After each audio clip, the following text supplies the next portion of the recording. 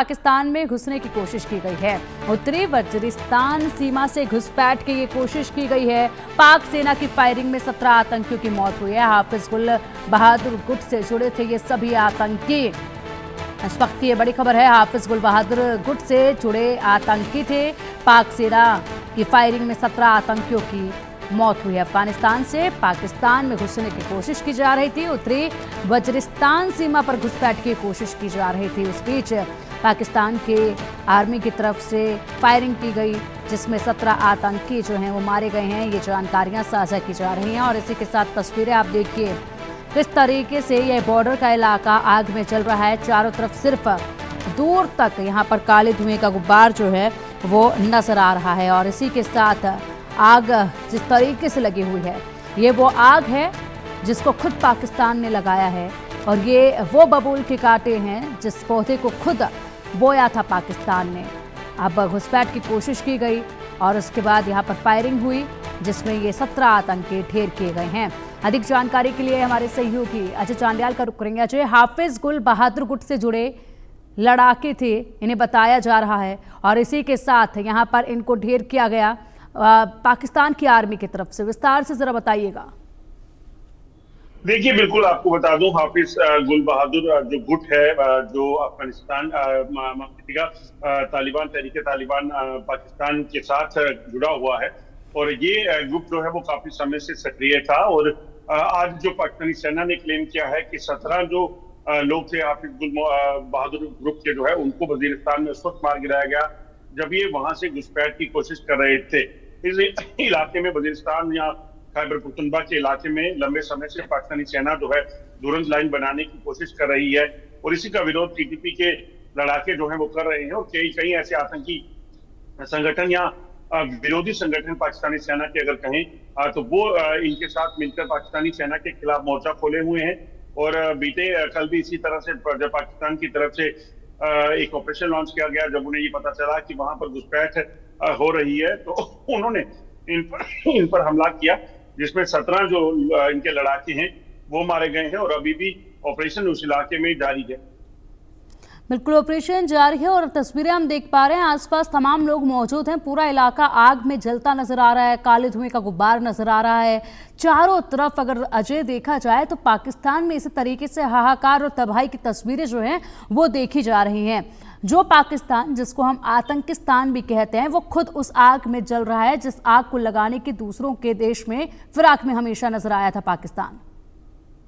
देखिए, बिल्कुल अगर आप देखें तो लंबे समय से पाकिस्तान जो है भारत के खिलाफ आतंकी गतिविधियां जो है वो चला रहा है। 3 दशक से ज्यादा का समय को चला है।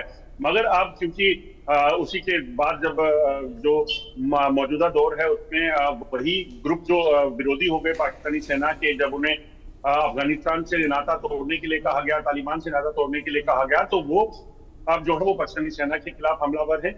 और हालत ये है कि हर रोज पाकिस्तानी सेना पर पाकिस्तानी सरकारी गाड़ियों पर, सरकारी लोगों पर हमला होता है। उनका कहना बड़ा साफ है कि किसी भी तरीके से इस इलाके में उनकी कोई भी हरकत को बर्दाश्त नहीं किया जाएगा। अगर ऐसा हो तो वो जवाबी कार्रवाई करेंगी और ऐसा हो भी रहा है। और कई पाकिस्तानी सैनिक जो हैं इसी कार्रवाई में पिछले कुछ समय में मारे भी गए।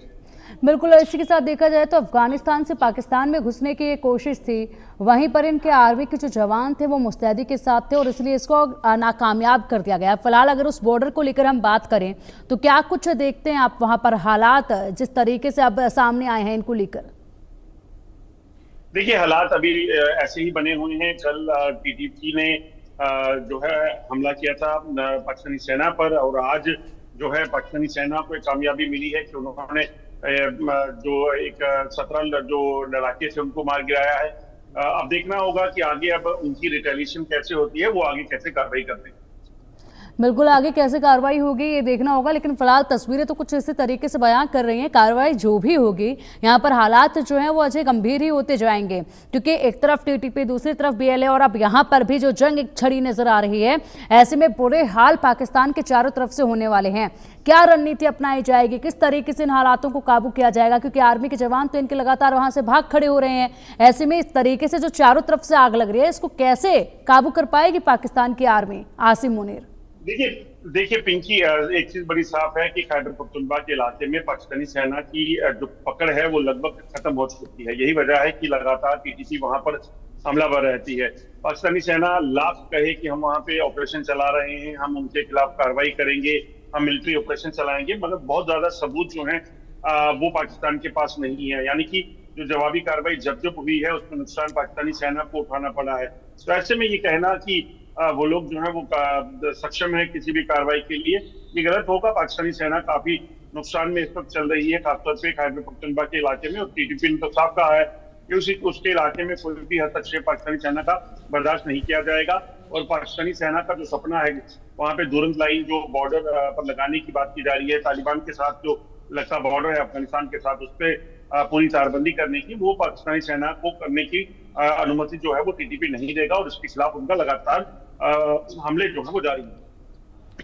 बिल्कुल, और इसी के साथ अब हालात जो है आने वाले वक्त में देखने होंगे कि क्या कुछ पाकिस्तान के बनते नजर आते हैं। फिलहाल आप बने रहिए हमारे साथ, आगे और भी जानकारियां सामने हैं जिन पर